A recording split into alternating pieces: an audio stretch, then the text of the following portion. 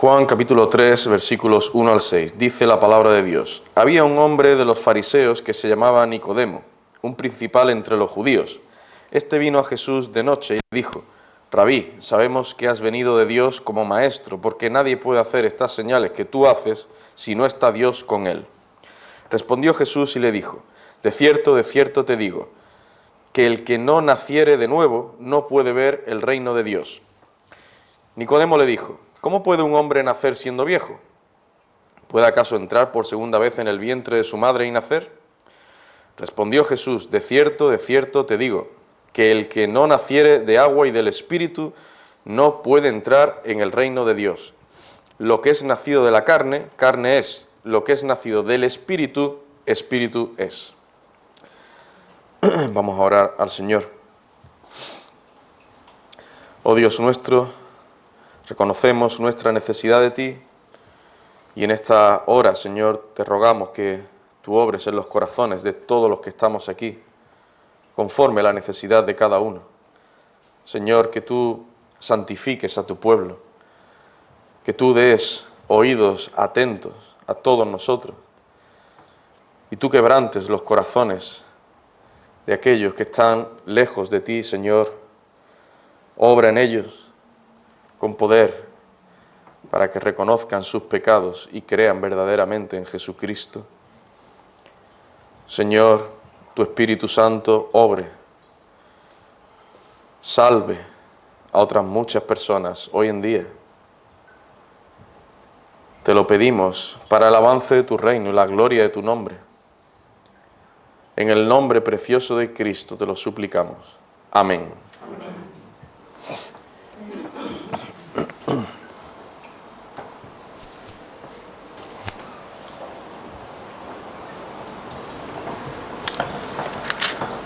Hay dos personas que asisten a un culto donde se predica claramente el Evangelio de Cristo. Una sale creyendo en el Señor, arrepentida de sus pecados, y la otra sale como entró. Continúa en su rebeldía contra Dios. Dos hermanos son criados en un mismo hogar, bajo unas mismas circunstancias. Ambos han escuchado la misma palabra de Dios. Uno cree en Cristo y el otro no. Dos ladrones están colgados en una cruz cada uno, ambos condenados por crímenes similares, ambos a punto de morir, ambos escuchan las mismas palabras que salen de la boca del Señor Jesucristo, que también está colgado en otra cruz al lado de ellos. Sin embargo, uno de los ladrones le pide a Cristo que lo salve, mientras que el otro persiste en su iniquidad. La pregunta que surge es: ¿cómo es esto posible? Uno esperaría que personas que se encuentran en una misma situación, en un mismo contexto, reaccionen de la misma manera o de manera similar. ¿Qué o quién es el factor determinante que hace que una persona crea en el Señor Jesucristo y otra no? ¿Es esa misma persona o es Dios? Para dar respuesta a esta pregunta vamos a considerar en este sermón la cuarta doctrina de la gracia que estamos considerando dentro de esta serie sobre las doctrinas de la gracia. Esta doctrina que vamos a ver es la gracia irresistible. La gracia irresistible. También se hace referencia a esta doctrina como la gracia eficaz o el llamamiento eficaz. Pero antes me gustaría hacer un breve repaso de lo que hemos visto hasta ahora. En el primer sermón vimos la depravación total.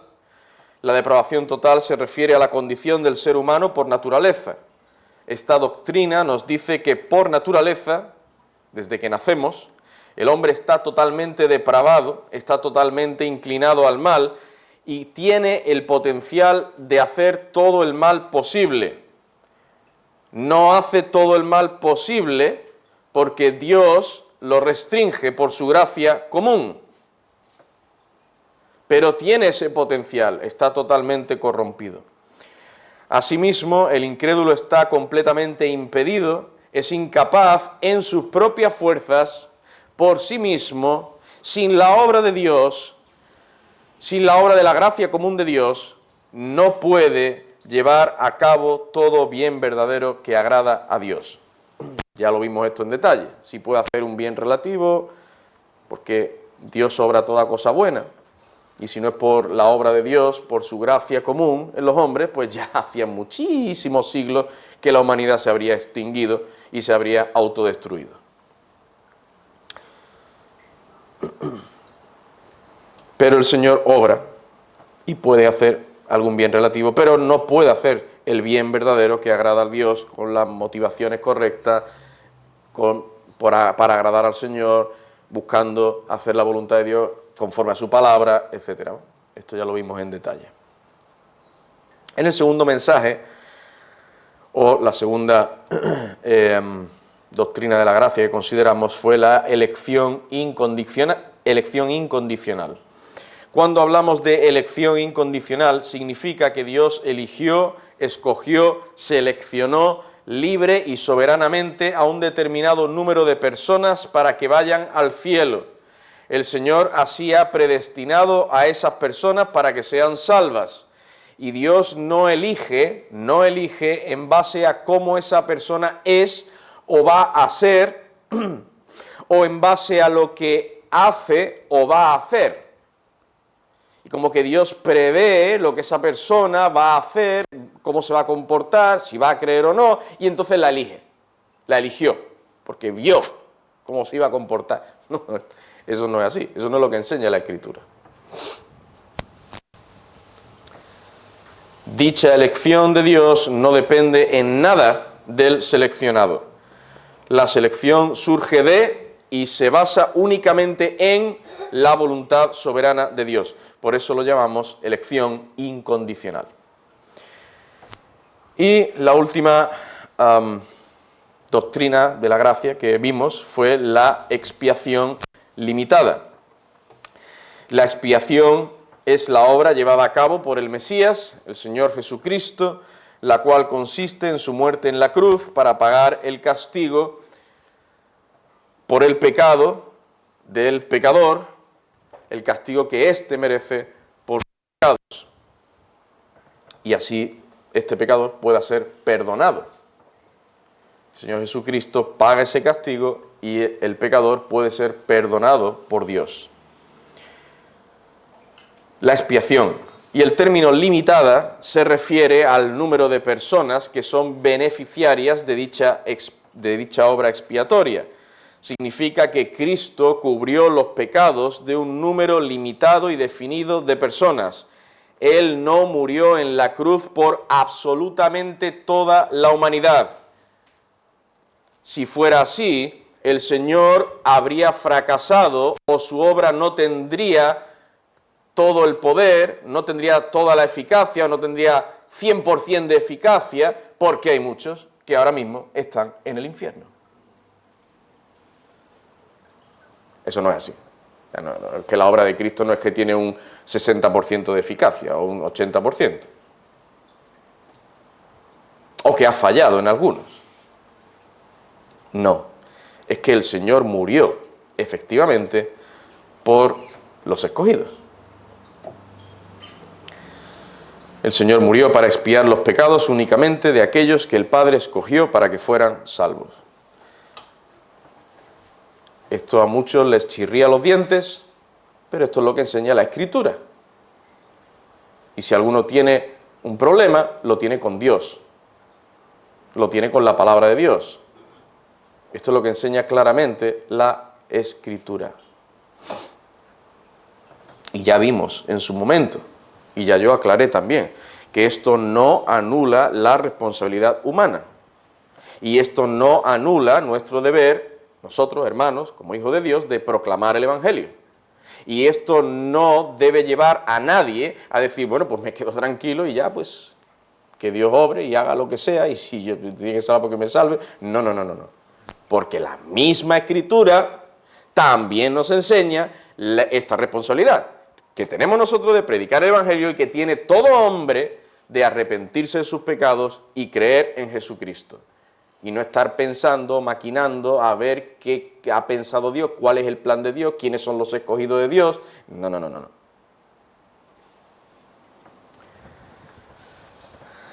Yo creo que uno de los propósitos por el que el Señor nos revela estas doctrinas, la doctrina de la gracia, es para abatir el orgullo del hombre.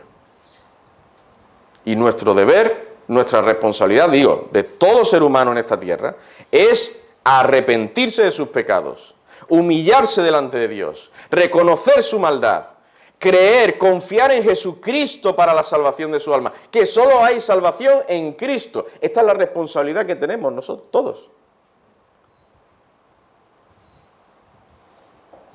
Y una vez que hemos confiado en el Señor Jesucristo verdaderamente, nos hemos arrepentido de nuestros pecados, hemos ido al Señor humillados, amamos al Señor, servimos al Señor, queremos agradar a Dios, vemos estas doctrinas. Yo creí, pero no fue porque yo era muy inteligente. O porque yo era más bueno que el otro vecino. Claro, como yo he creído, yo soy más bueno, ¿no?, que mi compañero, que está todavía rebelde. Entonces, yo era algo más bueno que él, ¿no? Porque como he creído, pues no. Mira estas doctrinas, hermano. Mira estas doctrinas de la gracia. Nos humillan a todos. Es Dios quien salva. Dios nos lo revela. Nos ha querido revelar esto el Señor. Dios no solo ha revelado que somos pecadores y que nos arrepintamos y que creamos en Cristo y que solo hay salvación en Cristo. No solo ha revelado eso. Ha revelado que la obra de salvación es de Él. Así que no tenemos motivos, ninguno de nosotros, para gloriarnos, para enorgullecernos, para considerarnos mejor. Mira, ese todavía es un impío, pero mira yo qué santo soy, ¿no? Y que, yo soy creyente y el otro. No. El Señor nos guarde. Jamás pensemos de tal forma. Y Dios guarde nuestros corazones. Gloria al Señor que ha revelado estas doctrinas.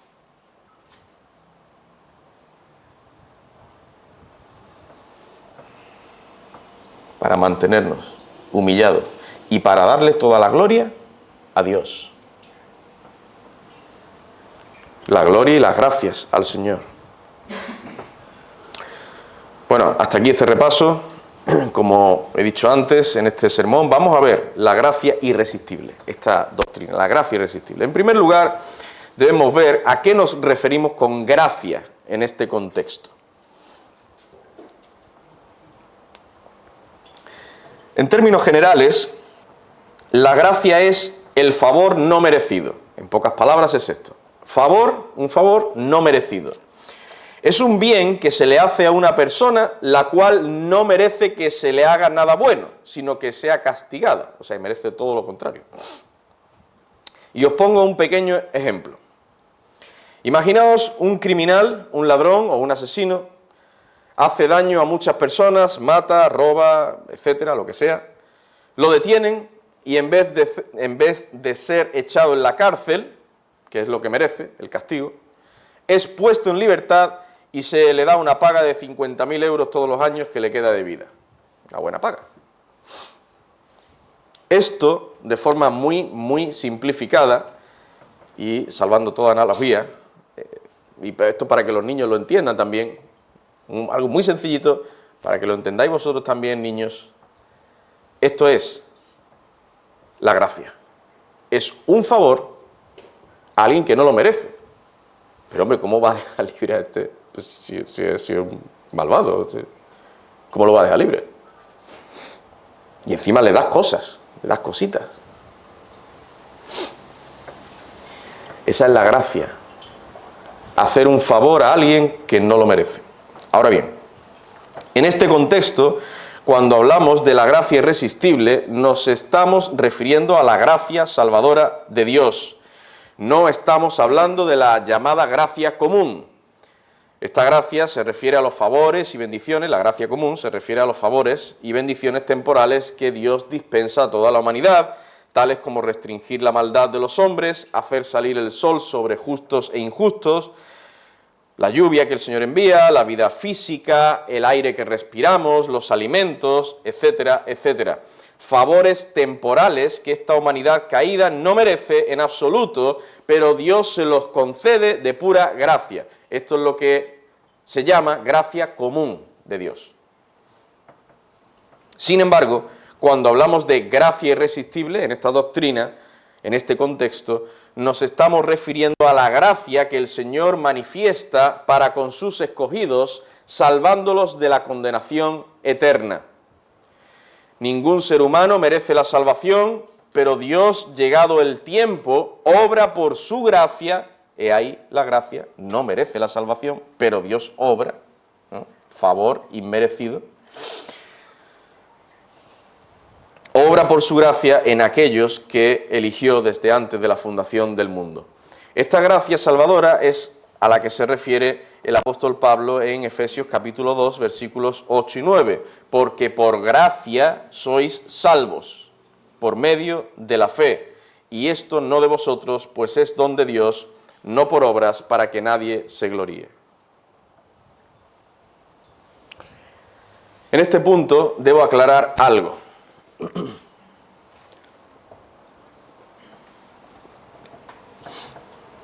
Debo incidir en algo muy importante. Esta obra de gracia, la gracia salvadora, es 100% divina. El hombre no coopera con la gracia para alcanzar la salvación. Esto es lo que erróneamente piensan algunos, que hay cierto tipo de cooperación. Pero esto no es así. Es 100% de Dios. Dice en Efesios capítulo 2, versículo 9, y Él os dio vida a vosotros cuando estabais muertos en vuestros delitos y pecados. Un muerto no puede cooperar para recibir vida. Él, Dios, os dio vida a vosotros.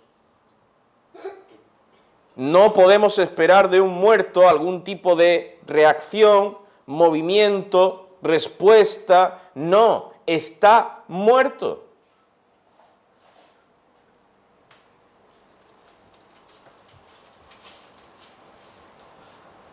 Él, Dios, os dio vida. El muerto espiritual, que está muerto espiritualmente, no puede cooperar, no puede hacer nada para tratar de recibir la vida. Es Dios quien da la vida. Esa gracia es 100% divina. Ahora, en segundo lugar, ¿a qué nos referimos con irresistible? Hemos dicho gracia irresistible. ¿A qué nos referimos con irresistible en este contexto? Bueno, primero debemos tener claro lo que no significa irresistible. Al escuchar esta palabra, algunos podrían pensar, erróneamente, podrían llegar a pensar como que Dios presiona, fuerza a las personas a ser salvas, aunque éstas no quieran. Es como si el Señor obligara a un hombre a entrar en el cielo sin que éste realmente quiera estar ahí. Digo, alguien podría pensar esto, al escuchar lo de irresistible. Cierto es que por naturaleza nadie quiere estar con Dios. El ser humano está totalmente depravado, pero a lo que me refiero es que si alguien malentiende el significado de irresistible, en este contexto que lo estamos considerando, entonces podría llevarle a pensar que al final habrá personas en el cielo, como está diciendo gracia irresistible, podría haber personas en el cielo, cuando vayamos al cielo con el Señor, podríamos encontrarnos allí a alguien que no quisiera estar allí. Y llegáramos al cielo, oye hermano, ¿tú qué haces aquí? Mira, yo es que no me pude resistir, yo es que no quiero estar aquí. Pero como fue la gracia irresistible, pues aquí estoy. No querría estar aquí con Dios ni con vosotros. Yo quiero estar en el infierno o en otro sitio, pero no aquí. Yo no pude resistirme. Entonces, pues bueno, pues ¿qué vamos a hacer? Aquí estoy. No pude resistirme a que Dios me salvara. Entonces, pues, ¿qué le vamos a hacer? Esta forma de razonar y de entender el significado de irresistible en relación con la gracia divina es incorrecta. No nos referimos a esto cuando hablamos de gracia irresistible. Hay otros contextos donde esta lógica sí se aplica, ¿vale? Por ejemplo, cuando un hombre impío rapta a un niño y se lo lleva a un lugar oscuro, el niño no quiere estar con ese hombre malo y además no puede resistirse porque ese hombre es más fuerte que el niño y le obliga a irse con él. Podemos decir que esa acción del hombre es irresistible para el niño en el sentido de que le obliga, le fuerza en contra de la voluntad del niño a que sufra algo malo y a que sea llevado donde ese niño no quiere ir nunca. Sin embargo, este no es el caso cuando hablamos de la gracia irresistible. No es que Dios fuerza a alguien y ese alguien pues no quiere y entonces se encuentra en el cielo, ha sido salvado, se encuentra en el cielo, pero dice, yo no quiero estar aquí. No es eso. Bueno, ¿a qué hace referencia entonces el término irresistible en este contexto? Pues se refiere a que el ser humano, que está muerto en sus delitos y pecados, que está muerto espiritualmente, no puede resistirse a la vida que le es concedida por el Espíritu Santo. Repito, no puede resistirse a la vida, al nuevo corazón que le es dado por el Espíritu de Dios. Es una gracia porque ciertamente el hombre no merece vida eterna, sino condenación eterna. Y es irresistible en el sentido de que no puede resistir que le concedan esa vida espiritual. Esto es como cuando nacimos nosotros. No pudimos resistirnos a la vida física que Dios nos dio cuando nacimos. A ver, ¿quién de nosotros al nacer pudo resistirse? Y estaba ahí como en el vientre de su madre y conscientemente decir, pues yo no quiero salir, no quiero nacer y quiero quedarme aquí. O quiero morir, o no quiero salir del vientre. Traté de resistirme al nacer, pero mira, me sacaron ahí. Por cierto, a mí me sacaron con unos forces así. Y yo no empecé a gritar ni a decir, déjame tranquilo, no quiero nacer. No. Cuando un ser humano es concebido en el vientre de una mujer, esa criatura no puede resistirse a seguir creciendo, no puede forzar a que su corazón deje de latir, a que sus pulmones dejen de formarse, y cuando llega el momento de nacer, no puede resistirse a salir de su madre, no puede resistirse a respirar. Cuando, por ejemplo, Lázaro fue resucitado por Cristo y le dijo, Lázaro, ven fuera, este no pudo decirle al Señor, Jesús, mira, mejor no vuelvo a la vida, ¿vale?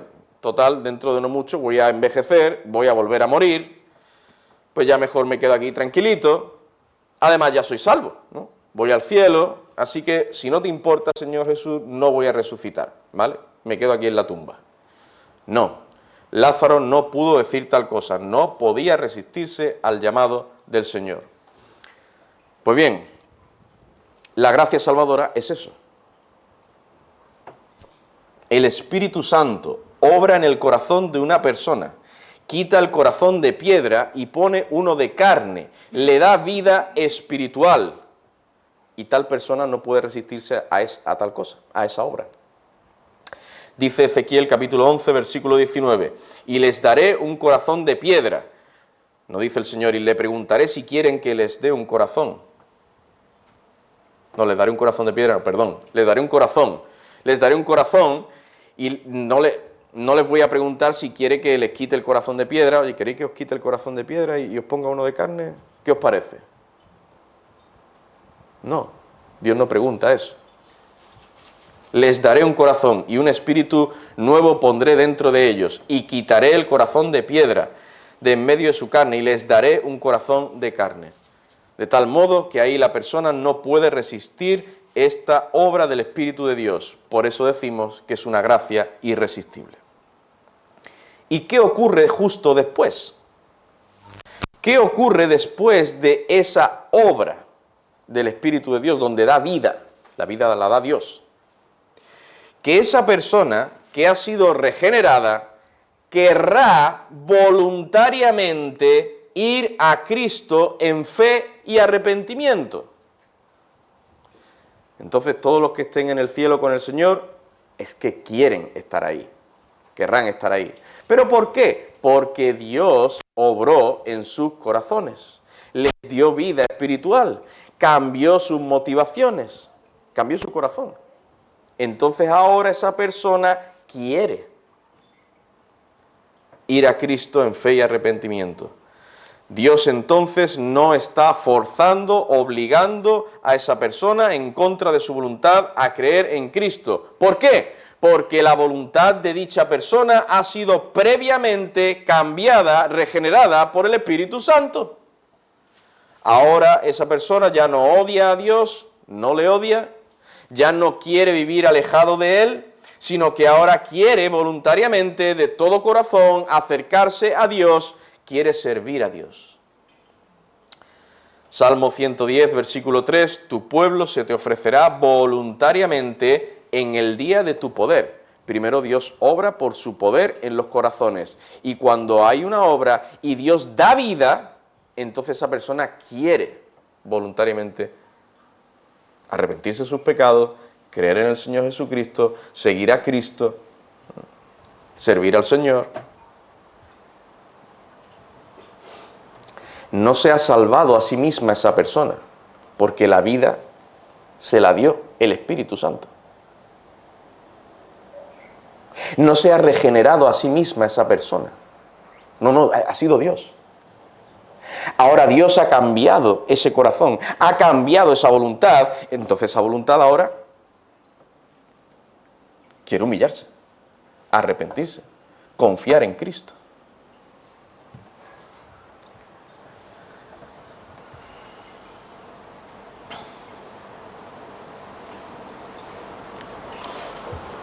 Ni Dios ni nadie tiene que obligar a esa persona o forzarla.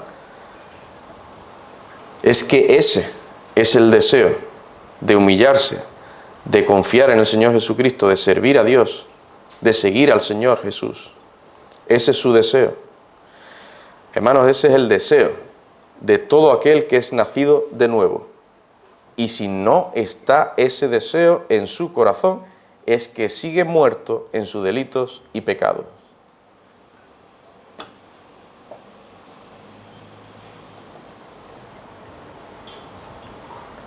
Aquellos en los que el Espíritu Santo, por su gracia irresistible, ha obrado, seguirán al Señor, reconocerán sus pecados, procurarán darles muerte, confiarán en Cristo, le amarán, le seguirán.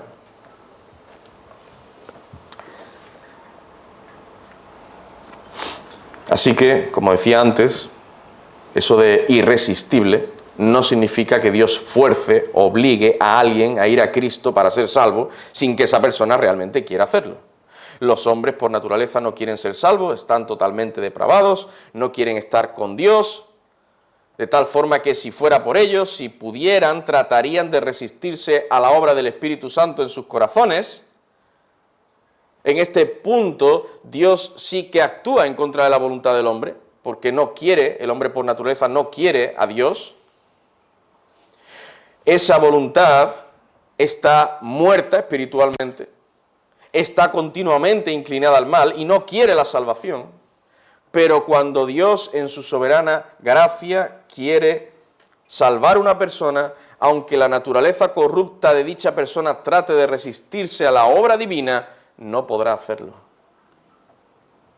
Esa obra de Dios es irresistible. Dios cambia el corazón, la voluntad del pecador, para que ahora quiera ir a Cristo.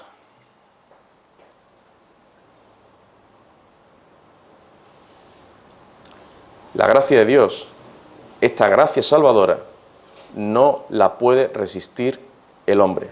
El hombre natural no la puede resistir. Cuando Dios quiere salvar a alguien, lo salva.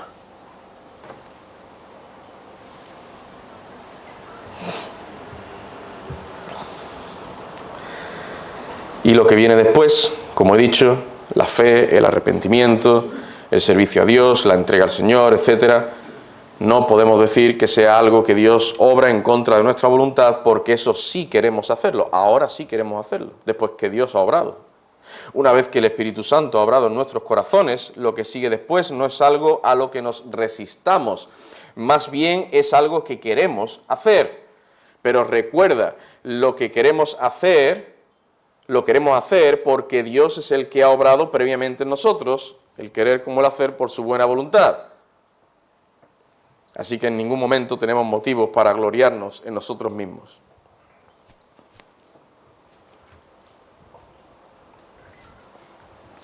Hermanos, repito esto varias veces porque es importante que lo entendamos bien y no nos dejemos llevar, arrastrar por otras doctrinas.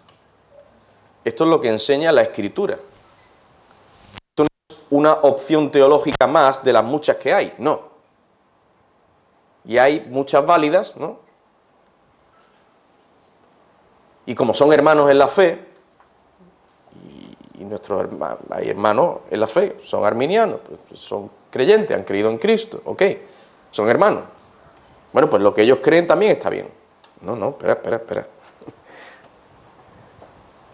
Hay doctrinas que ellos creen que no son bíblicas. Esto es lo que enseña la Escritura.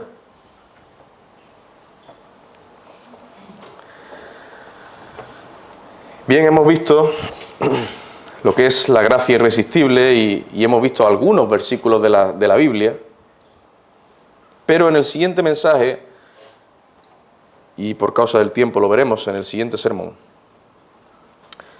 quiero atar nuestras conciencias a la palabra de Dios. Veremos ahí más evidencias bíblicas que nos enseñan claramente esta doctrina tan importante. Y vamos ahí a profundizar un poco más, a ver más textos bíblicos. Quisiera concluir ya con algunas aplicaciones prácticas. Primera aplicación, tenemos que mostrar con nuestras palabras y nuestros hechos que hemos sido salvados por la gracia de Dios. Queridos hermanos, si el Señor ha manifestado su gracia salvadora en nosotros, entonces esto tiene que ser evidente por nuestras palabras y nuestros hechos. No basta con decir, sí, yo me arrepiento de mis pecados y yo he creído en Cristo.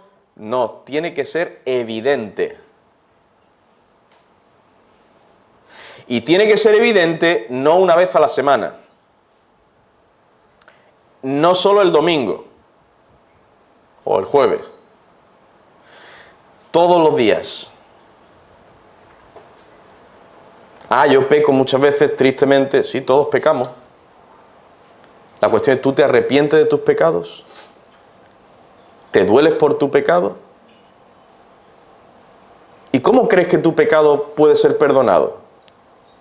Voy a portarme mejor.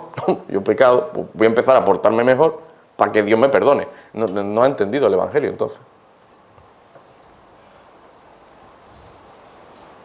Tus pecados y los míos solo pueden ser perdonados por la sangre preciosa de Cristo. Es decir, solo podemos confiar en el Señor Jesucristo para el perdón de nuestros pecados, pero cuando nos convertimos hace 20 años, y ahora, solo en Cristo hay perdón. Y hermanos, tenemos que pedir perdón al Señor. Hemos pecado, nos dolemos, nos arrepentimos y confiamos que Dios nos perdona por Cristo. No porque tú lleves 20 años en el Evangelio, no porque tú seas miembro de una iglesia, entonces como yo soy miembro, pues Dios me perdona. No, por Cristo.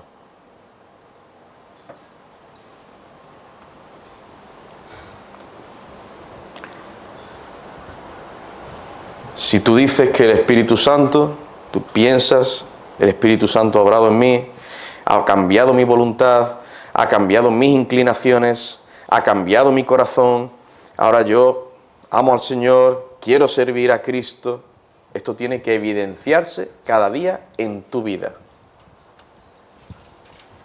Y se darán cuenta los que viven cerca de ti, tu esposo, tu esposa, tus hijos, tus familiares, principalmente ellos. Y aquí en la iglesia se puede aparentar, ¿eh? Y se puede dar una imagen.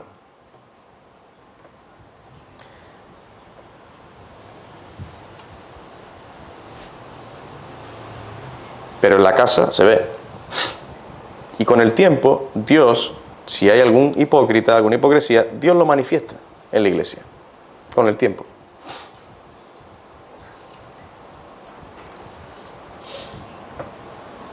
Así que esto es muy importante, hermano. Y digo esto para que nos examinemos. Todos nosotros. Empezando por mí. No, como yo soy el pastor, pues ya Dios me perdona mis pecados. Porque soy pastor. Si yo pensara así, estaría muy equivocado.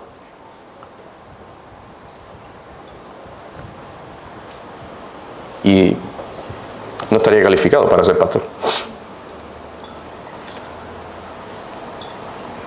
El Señor nos ama, nos perdona por Cristo. El Señor nos ha salvado, ha obrado en nuestros corazones por la obra expiatoria del Señor Jesucristo, por su gracia, por Cristo.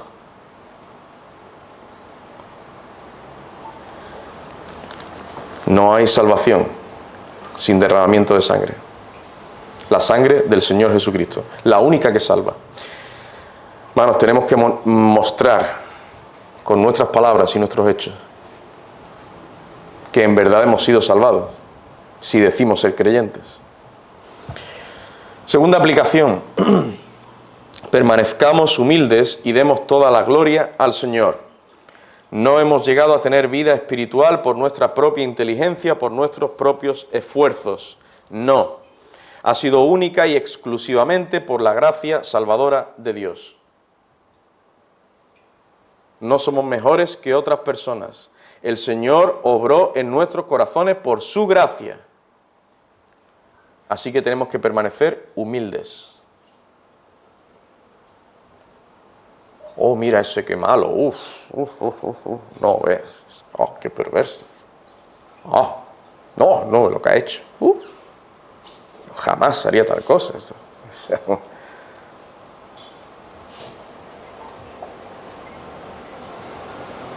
Si no fuera por la gracia de Dios, probablemente tú y yo haríamos esas mismas cosas o peores. Así que tenemos que permanecer humildes. Humildes.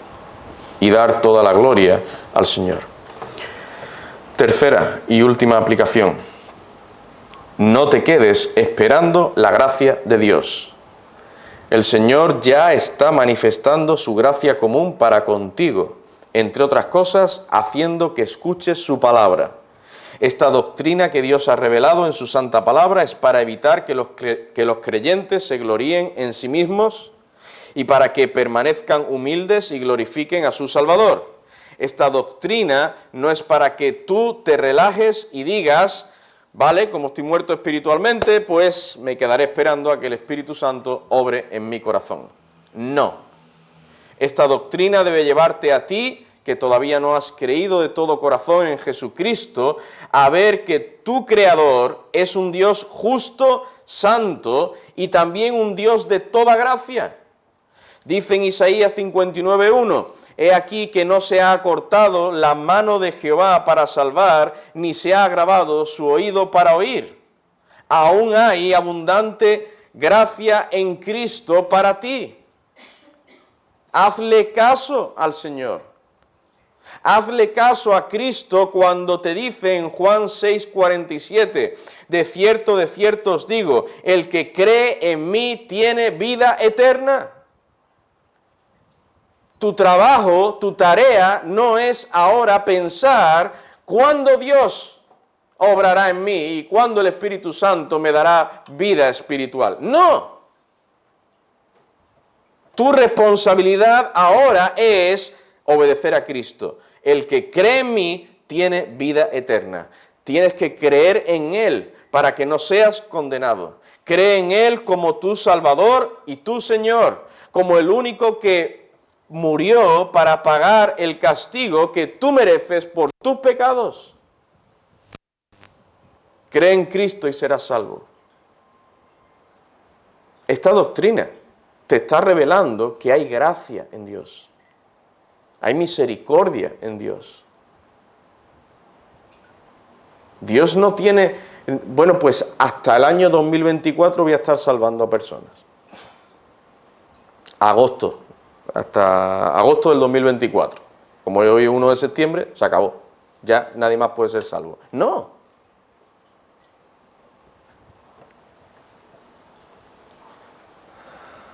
No se ha cortado la mano del Señor para salvar. Ven a Cristo, mientras Dios, por su gracia, te está dando vida física.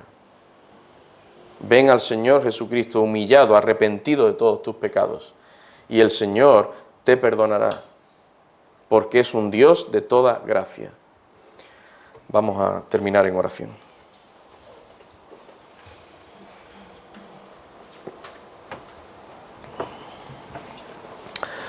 Oh Padre, alabamos tu precioso nombre y te damos gracias que tú nos traes esta palabra que nos humilla, Señor. Tú eres el Dios soberano, el Dios de toda gracia. Alabamos tu precioso nombre. Gracias, oh Dios, por la obra de salvación que tú has hecho en muchas personas.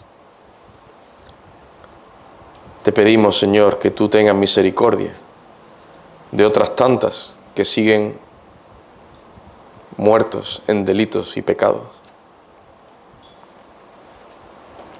Ten misericordia, oh Padre.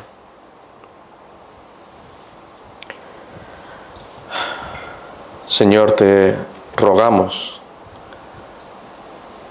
todo esto y te damos las gracias en el nombre precioso de Cristo. Amén, Señor.